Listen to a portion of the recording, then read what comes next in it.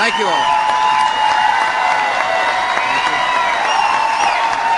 Thank you all. Thank you. Thank you all for coming.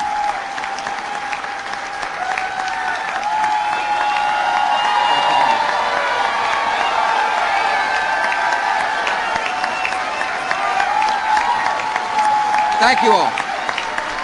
Okay. Thank you very much. Gosh, thanks for the warm welcome. It's great to be back in New York City. It's the home of such courage and strength and resolve. You've shown the world and the country what it means to be a community that refuses to back down in the face of evil and terror. I'm proud to be the president of a country where we've got such a fabulous city called New York City.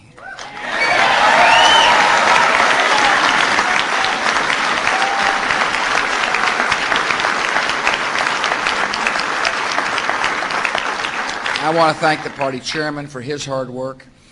I want to thank the lieutenant governor for being here. She certainly brightens up the stage.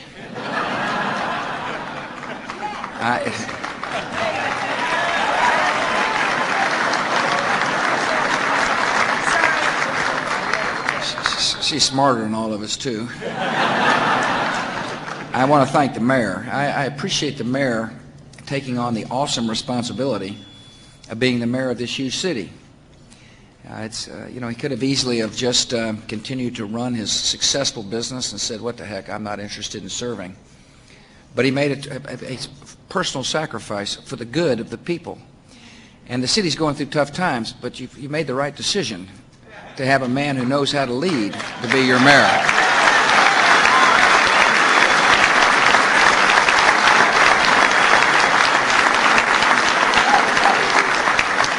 And I look forward to working with the mayor. George is right. We're going to work hard to make sure that New York City gets the help she needs.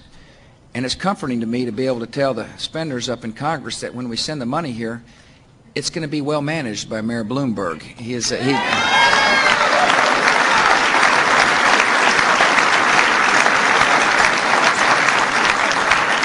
And I want to thank you all for coming to support my good close friend George Pataki. He has done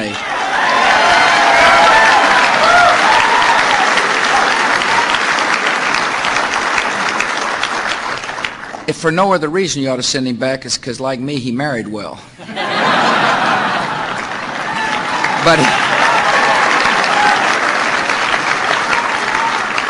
But he's got a fabulous record. He has been a breath of fresh air here in New York State. He's done in office what he said he would do. He's a plain speaker and just goes out and does it. And that's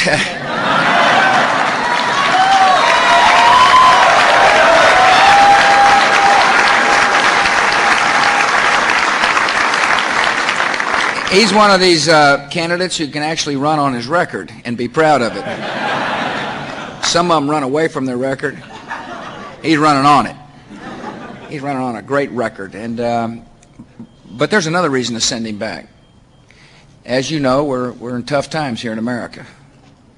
As I said in my State of the Union, we're at war, we're in recession, but we've never been stronger.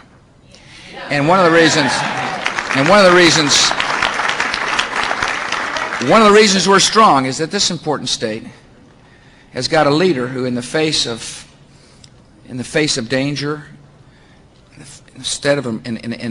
face of an emergency, stood strong and steady and was reliable. In tough times, what this state needs is somebody who you can count on, somebody who won't panic, somebody who won't play politics with the situation, somebody who knows how to lead, and that somebody is Governor George Pataki.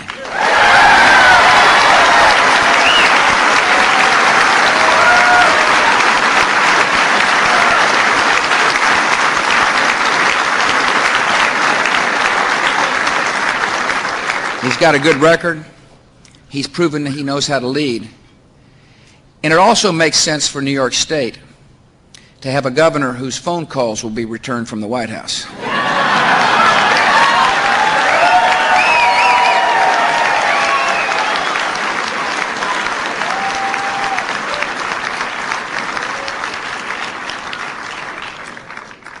We do have some tough times ahead of us. But you got to know, I've never been more optimistic about the future than I am right now. I'm optimistic because I know what we need to do. And what we need to do is to make a clear statement and a stand for freedom. Never relenting, never tiring, and pursuing a grand and noble objective. And that objective is to rid the world of terror.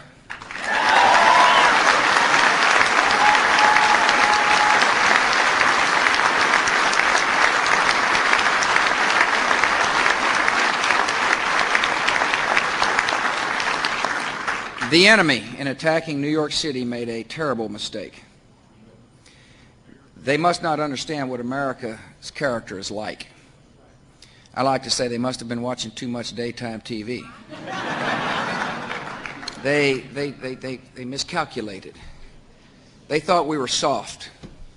They thought we were so materialistic and selfish that we couldn't think beyond ourselves, that we couldn't think in terms of a grand idea, that we wouldn't cherish freedom to the point where we would fight for it. And that miscalculation has been most notable with the Taliban government in Afghanistan. I unleashed the mighty United States military on a clear objective.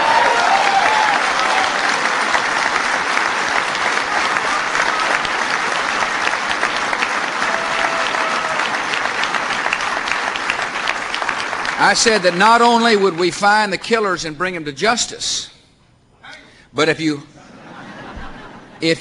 harbor a terrorist, if you feed a terrorist, if you hide a terrorist, you're just as guilty as a terrorist.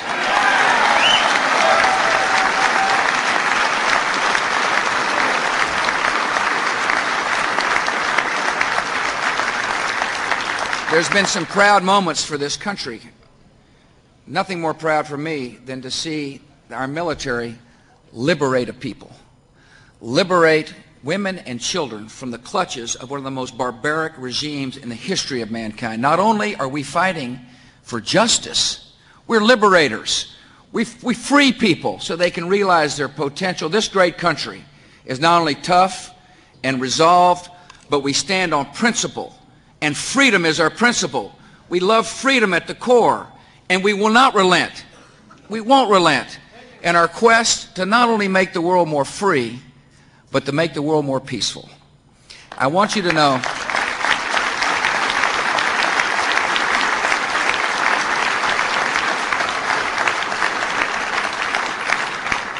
I'm a patient man. I don't feel any great anxiety toward achieving objectives on the moment. And therefore, those who think they can hide can't hide long enough. Those who think they can run can't run far enough. We are deliberate, we are patient, but make no mistake about it, we will deliver justice.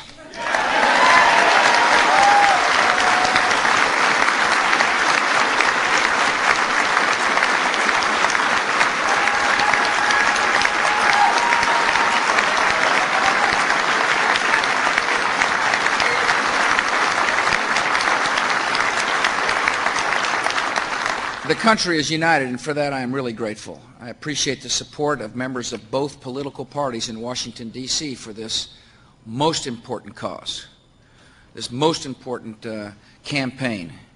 History's called us into action, and we will respond. It's our chance to leave a better world. And so I want to tell you that the first theater on the war against terror is going well. But there'll be other theaters.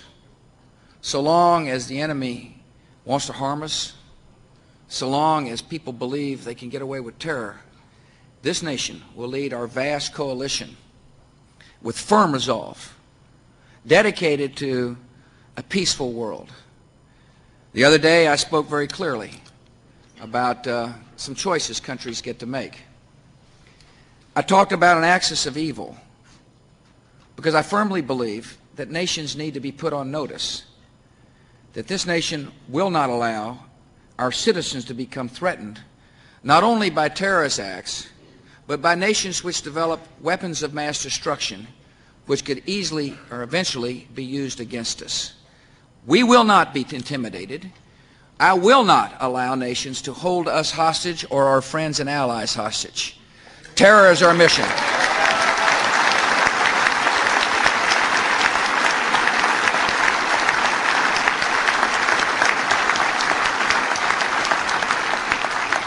And so, my fellow citizens, I appreciate our nation's resolve and understanding and adherence to some important principle. I also want you to know that every morning I walk into the Oval Office and sit at this magnificent desk that had been used by the Roosevelts and by President Reagan. By the way, today is his 91st birthday.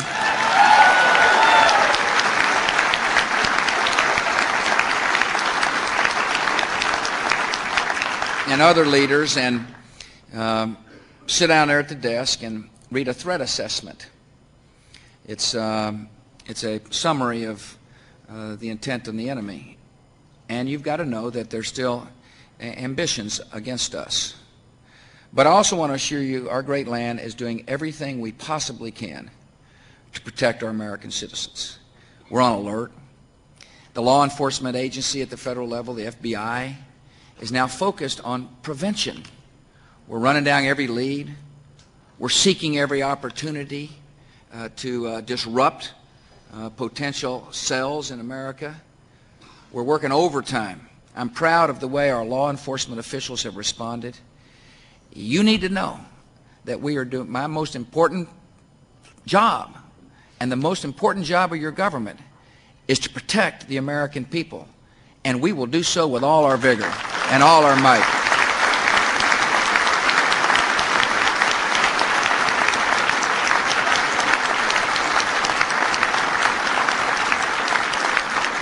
As I said in my State of the Union, I stand in awe of the American people and in awe of the citizens of New York City. This great city refused, absolutely refused to be intimidated. This city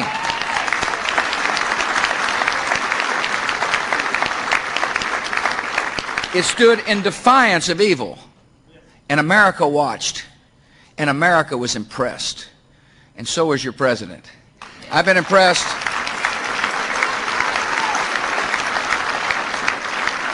I'm asked all the time by people, what can I do to help? You see, as you probably can tell, I don't see many shades of gray in this world. Either you're with us or you're against us. Either you support evil or you support good. This great nation stands on the side of good. And for those who want to help, you can do so by acts of kindness. You can do so by showing compassion to your neighbor. And it doesn't require much.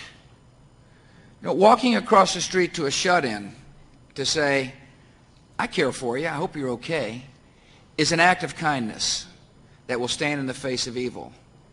Mentoring a child who can't read is an act of kindness which stands in the face of evil.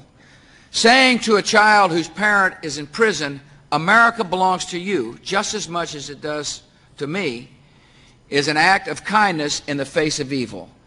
The gathering momentum of 1 million acts of kindness and compassion is how America can stand strong in the face of evil. And make no mistake about it, that is how America is responding.